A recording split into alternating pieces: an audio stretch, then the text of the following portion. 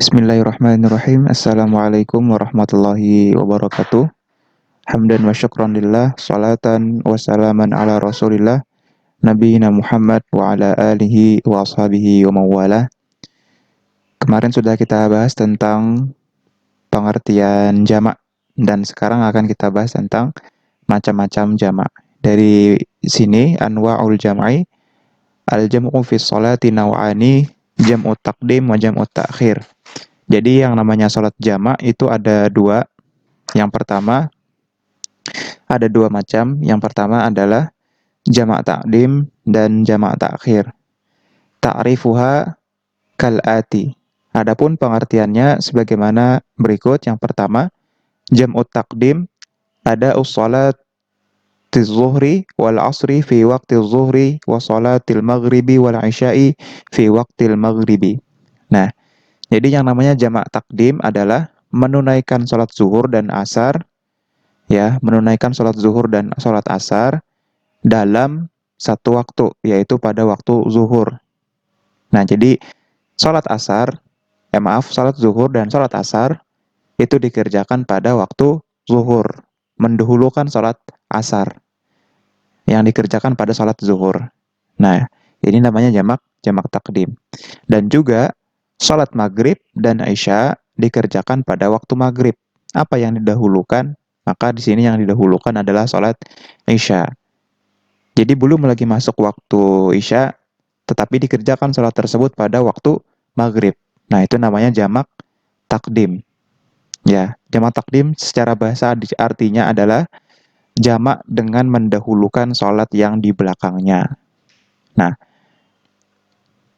kemudian fakaifiyatu masalan iqamatu sholati zuhri awalan bi arba'a raka'atin thumma iqamati sholatil asri arba'a raka'atin biduni an tahlilihima bi ansyatatin ukhra li fitrati tawili minaz zamani ma'adal julus fi intizari liqamati awil ansyatati muhimmah faqat.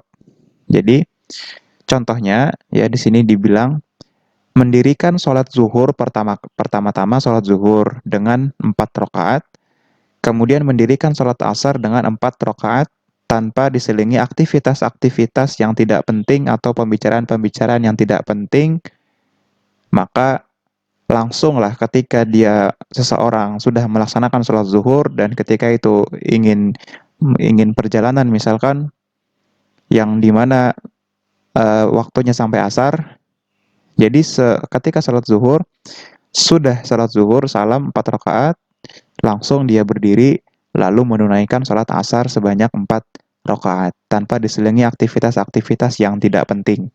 Nah, ini sholat jamak takdim. Nah, kemudian yang kedua adalah jamak takhir. Nah, secara bahasa jamak takhir adalah menggabungkan dua sholat di akhir waktu. Kita baca pengertiannya, ada usolatiz zuhri wal asri fi waqtil asri wa salatil maghribi wal isya'i fi waqtil isya. Nah, menunaikan sholat zuhur dan asar di waktu asar. Jadi kalau tadi jamak takdim adalah menunaikan sholat zuhur dan asar di waktu zuhur, tapi jamak takhir sekarang adalah menunaikan sholat zuhur dan asar di waktu asar. Artinya zuhurnya belum dikerjakan, ya, belum dikerjakan, tetapi dikerjakannya ketika waktu asar. Nah, begitupun dengan sholat maghrib dan isya yang dikerjakan di waktu sholat isya. Maghribnya belum sholat, ya, dia belum menunaikan sholat maghrib, tetapi sudah masuk waktu isya, dan dia dalam keadaan perjalanan, maka sholat maghrib tadi dibawa ke dalam sholat isya. Nah, fakaifa tatbiquhu, maka bagaimanakah urutannya ketika jamak takhir itu? Apakah yang dikerjakan misalkan sholat zuhur dan asar, zuhurnya ketinggalan, ya, sedangkan dia ingin menjamak takhir di waktu asar, apakah sholat asar dulu ataukah sholat zuhur dulu? Nah, mari kita baca. Sholatul zuhri awalan am sholatil asr, apakah sholat zuhur dulu atau sholat asar? Tuqamu sholatul zuhri qabla sholatil asri wa tuqamu sholatul maghribi wa tuqamu sholatul maghribi qabla sholatil isya. Nah, yang artinya adalah Ketika seseorang berada di waktu asar dan dia ketika itu ingin menjamak takhir, maka yang didahulukan adalah sholat yang ketinggalan itu, yaitu sholat zuhur. Misalkan dia ketika ingin menjamak waktu asar itu. Jadi zuhur dulu dikerjakan di waktu asar, kemudian sholat asarnya sendiri dikerjakan. Begitupun dengan sholat maghrib dan isya. Maghribnya ketinggalan, sedangkan isya sudah masuk. Apakah dia langsung mengerjakan sholat isya, sedangkan maghrib belum? Tidak ya. Artinya dia harus mengerjakan sholat maghrib terlebih dahulu. Setelah sholat maghrib ditunaikan, kemudian dilanjutkan dengan sholat isya. Nah, jadi seperti itu ya tata urutannya. Nah, ini dalilnya dari hadis Nabi sababul qasri. Nah, ini sebab-sebab orang mengqasar. Yuqamu qasru sholati bisababis safari faqat wa huwa yuaddi fis safari la ghairah. Nah, salat qasar ini memiliki kekhususan bahwa salat qasar ini hanya dibolehkan ketika dia dalam keadaan safar. Bahwa yuaddi fis safari la ghairah. Dan tidak boleh dikerjakan ketika dia tidak melakukan perjalanan atau ketika dia tidak melakukan safar. Nah, jadi maksudnya seperti apa? Misalkan seperti ini, kita melaksanakan sholat jamak ketika di kampung orang, ya, di kampung orang, maka kita bisa menjamak sholat zuhur dan juga sholat asar dengan jamak qasar. Maksudnya adalah didirikan dengan sholat zuhur 2 rakaat, kemudian sholat asar 2 rakaat. Nah, bisa sholat yang 4 bisa kita pangkas menjadi 2 saja.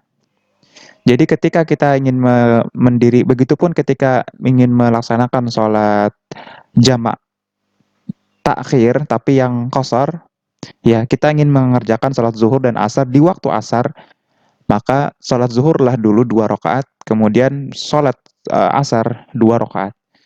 Nah, tetapi ketika ingin melaksanakan sholat maghrib dengan isya, maka maghrib tidak bisa dipangkas karena hanya 3 rakaat. Begitupun dengan subuh.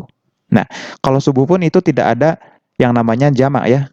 Jadi yang namanya jamak itu atau jamak qasar itu hanya sholat zuhur, sholat asar, sholat zuhur dengan asar, dan sholat isya dan maghrib. Jadi subuh tidak bisa karena subuh panjang waktunya. Jadi diusahakan untuk menunaikannya secara sempurna. Nah, kemudian yang ingin kita sampaikan di sini adalah batasan safar itu bagaimana? Ya, apakah ada hal-hal tertentu ya? Apakah ada batasan atau beberapa kilometer tertentu kita termasuk dalam safar? Nah, mari kita baca. Haddal adna lil musafah wal maddah fis safar ta'rifu safari ma sammahun nasu safaron wa la yatahaddada dzalika bimusafahatin muayyinatin. Artinya di sini ya kesimpulannya tidak ada batasan bagi seseorang itu tidak ada batasan keharusan berapa kilometer sampai dia wajib untuk menjamak atau mengqasar salatnya. Nah, di sini tidak ada ya. Jadi kalau kita selama ini mendengar sampai 98 kilometer, ternyata itu tidak ada gitu loh, tidak ada. Nah, selama manusia itu menganggap bahwa itu adalah safar, bahwa itu adalah perjalanan, maka dibolehkan untuk mengqasar sholat. Tapi jangan keterlaluan ya, maksudnya jangan misalkan hanya beberapa meter dari rumah karena dia tidak di rumah kemudian mengqasar, itu keterlaluan, itu masih masih harus tam itu ya, sholatnya masih harus sempurna. Nah, kita langsung ke kesimpulan. Yang pertama, al-jam' fi shalah huwa ada usolatain fi waqtin wahidin bainal zuhri wal asri wa bainal maghribi wal isya. Jadi yang namanya sholat jamak adalah menunaikan 2 sholat dalam satu waktu, baik itu sholat zuhur dengan sholat asar, ataupun sholat maghrib dengan sholat isya. Yubahul jam'u idza wujidat halatun minal halati balil jam'i idza wujidat al-masyaqqah afdal. Nah, dibolehkan menjamak sholat ketika didapatkan hal-hal khusus, tetapi jamak ya itu dikhususkan ketika mendapatkan kesulitan saja. Misalkan kesulitan dalam safar atau kesulitan ketika sakit ya. Nah, itu dibolehkan. Asbabul jama' as-safar wal matar wal marad wa ghairuha minal a'dzar. Jadi sebab jamak itu ada berapa ini? Satu, dua, tiga, banyak ya. Yang pertama ada perjalanan. Yang kedua karena hujan. Bisa karena dia sakit. Atau alasan-alasan lain yang dia tuh syar'i. Ya, alasannya syar'i. Tapi kalau alasannya karena malas itu bukan alasan syar'i. Nah, yang keempat, al-jam'u fi sholati nau'ani. Jamak dalam sholat ada dua yang kita jelaskan barusan, jamak takdim dan jamak takhir. Yang kelima, al-qasru fi shalah huwa ja'lus sholatir rubaiyah rakaatain. Nah, jadi mengqasar salat itu namanya adalah menjadikan salat yang empat menjadi dua saja. Nah, jadi seperti itu ya, bab salat jamak dan qasar semoga bisa dipahami. Bagi yang bermasalah untuk menonton film, maaf, untuk menonton video maksud saya.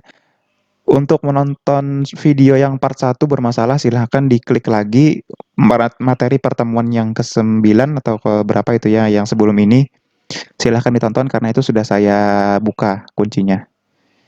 Ya, atau nanti saya kasihkan juga link yang part satu biar bisa menonton keseluruhan.